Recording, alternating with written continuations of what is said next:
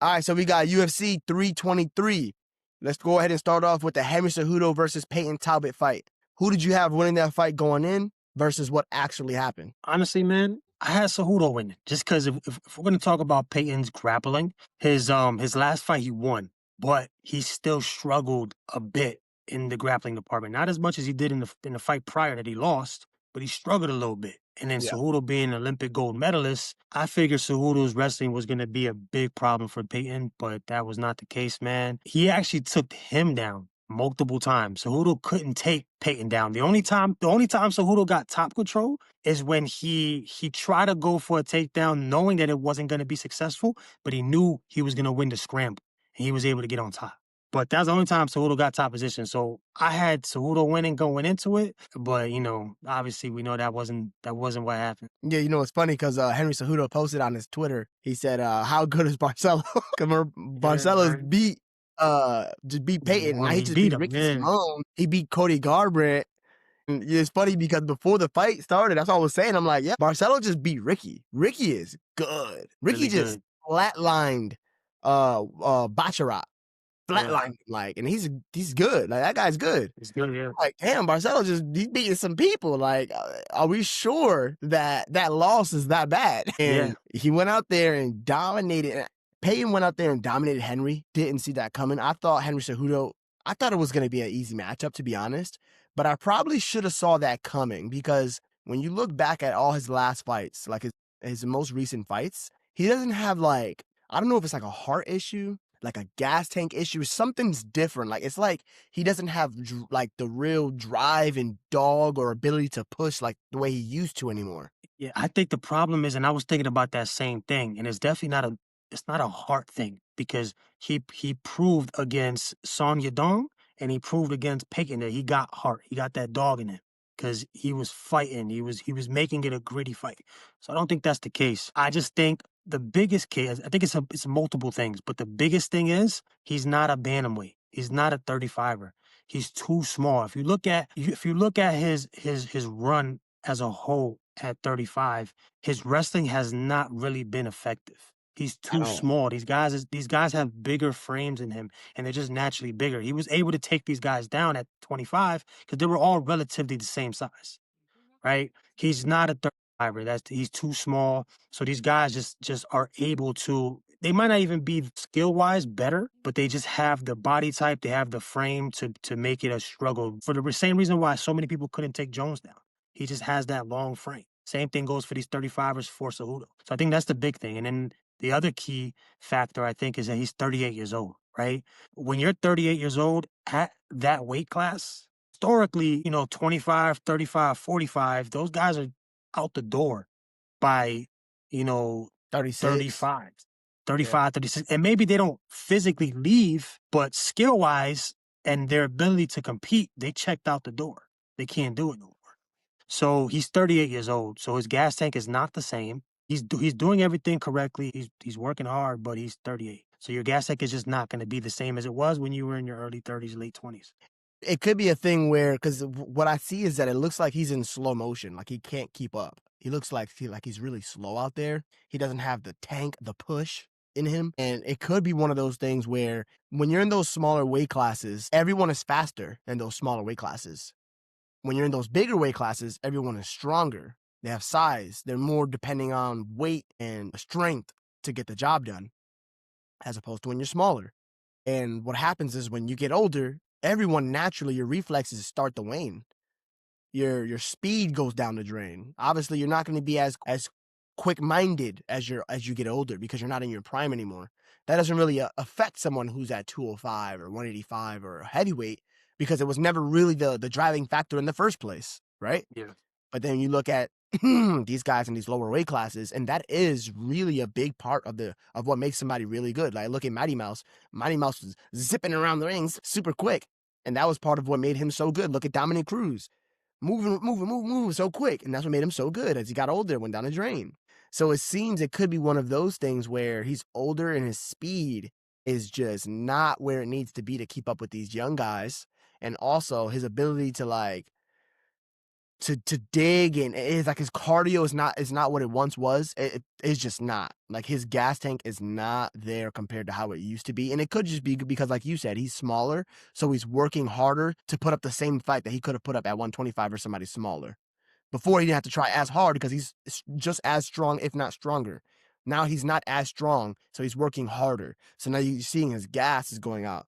And I'm glad he retired after this because man, like Peyton is a good fighter, but you shouldn't have lost that fight. And especially not the way that he lost. He got Pretty beat up. convincingly. Like, Peyton was fine. His face was completely yeah, fine. Like nothing. he He beat was the getting sh- he beat taken the sh- down. he beat the shit out of him, man. You saw the fight, the pictures of him after the fight, big old gouge. He had his cheek was like it was like a ball. He It was was getting taken crazy. down. I mean, like I'm like, yo, what in the world? So with that being said, it's good that he's he's checking out now. Yeah, yeah. So so it's a good thing that Henry Cejudo went ahead and retired now. And my question for you, Steve, is do you think Henry Cejudo should have never retired, option one, or option two, stood retired, or option three, did what he did by coming back and what I think essentially ruining his legacy. Not ruining it completely, but tarnishing it very badly. What do you think? I think he should have stayed retired because had he not retired, we would have been in this position regardless because he would have been fighting at 35. Maybe he would have had a couple extra wins than he had 35, but we would have ultimately got to this point because ultimately the guys would have just been too big, right? So I think he should have just stayed retired when he initially retired because he retired on top, right? He just retired as a champion, right? So there was nothing else he could have done. He left at the pinnacle of the sport, which is something that a very small percentage of people, almost to the point where no He one didn't does it. Only dominate Cruz. GSP. Yeah, only GSP is the guy. GSP is the only guy I can think of that retired on top, right? John Jones too, but he's not necessarily retired, right? Like he's already talking about coming back. So And it's Khabib, only but yeah, it's in Habib, right? But he was a little too soon. a little But premature. prematurely, yeah. But Cejudo retired perfectly at the perfect time, right? So I think he should have just stayed retired. And then like if he would have stayed retired, like he went out beating Dominic Cruz, one of the best bantamweights at that time to ever. TJ Dillashaw, TJ at Mighty Mouse. 125, he was a double champ, plus he was a gold medalist. And then now all he did was come back. And the crazy part is like, because we got to think about what happened when he actually did come back.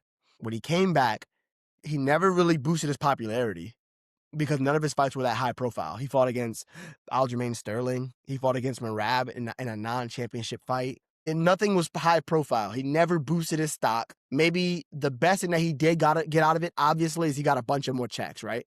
Yeah. I'm guessing that's what it must have been. He probably was like, you know what?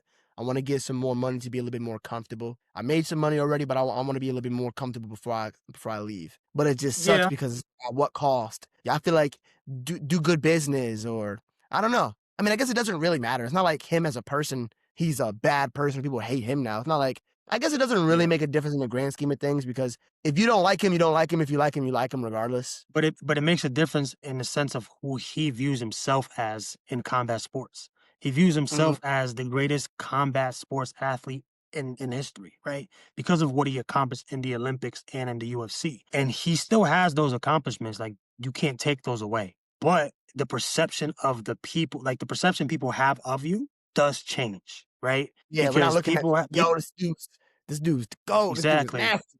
People, unfortunately, the fans, they don't really focus on what you did.